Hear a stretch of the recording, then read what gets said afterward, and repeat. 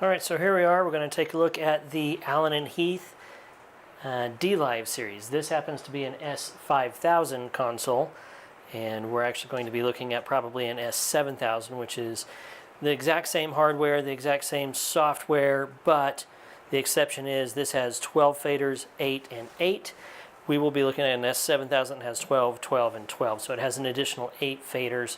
Therefore, the surface itself is just a little bit wider, but otherwise they are identical, as well as the S3000, which is the same thing, but it only has a single screen instead of 2 screens, and therefore quite a few less faders as well. So we're going to boot this guy up and see how long it takes to boot. Power switch is around here on the back. Hit that.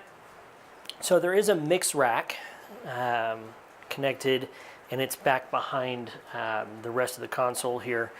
And what's interesting about the Allen & Heath console, at least the whole dLive series, is that all of the processing, all of the brains for the system, all live in the mix rack itself. So the surface is really kind of nothing but a keyboard and mouse for the rest of the system.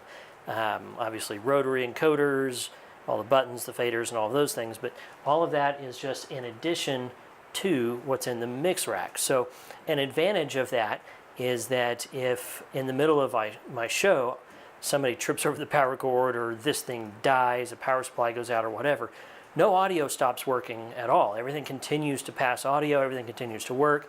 In fact, I can grab an iPad or the Director software and connect to the mix rack itself and still keep mixing my show with no surface at all. So that is a benefit. Another thing that's interesting is the dual power supplies that are available for the Surface are the exact same model as the dual power supplies that are available for the mix rack. So if I wanted to be completely paranoid, I could have 2 power supplies in this and 2 power supplies in the mix rack and a 5th power supply that's just sitting on a shelf somewhere. So no matter where I need that, I can just grab that power supply and it fits in either of the 2 pieces. So that's kind of an advantage there. All right, so you saw how long it took to boot up. Relatively quick. It has been told to me, and I have not verified this one way or another, but apparently it's important for the mix rack to boot up before the Surface. That kind of makes sense given that that's where all the brains live. So I have not played with that one way or another, but that's what I'm told. Boot the mix rack up first. I have not done any tests to see how long it takes to boot the mix rack, but boot it up and then boot up the console itself. So here's what we're looking at. This is kind of a basic setup right here. I'm actually going to go over here to, on the right side, this right screen. This is everything related to the system, setup, routing, kind of your settings and things for the console. Over here on the left, this is what they call the processing window.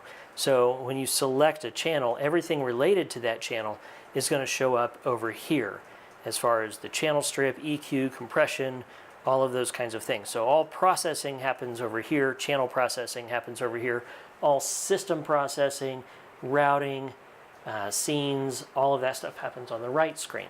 If you have a smaller console like an S3000 that only has a single screen, there will be an additional button right here that says processing. And so you have all of these regular buttons for the right screen if you have a single screen system, but the bottom button says processing, and that will give you all the controls that currently show up on the left screen of the larger consoles.